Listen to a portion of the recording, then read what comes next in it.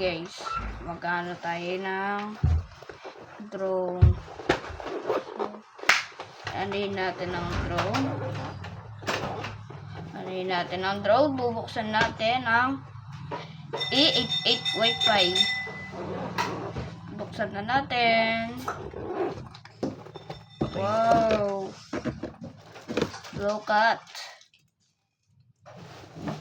Dami po. Ayan.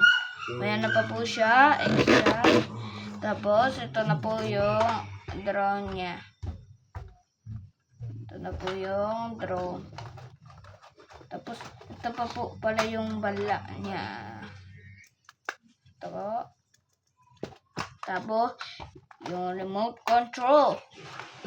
Laki po ng remote control.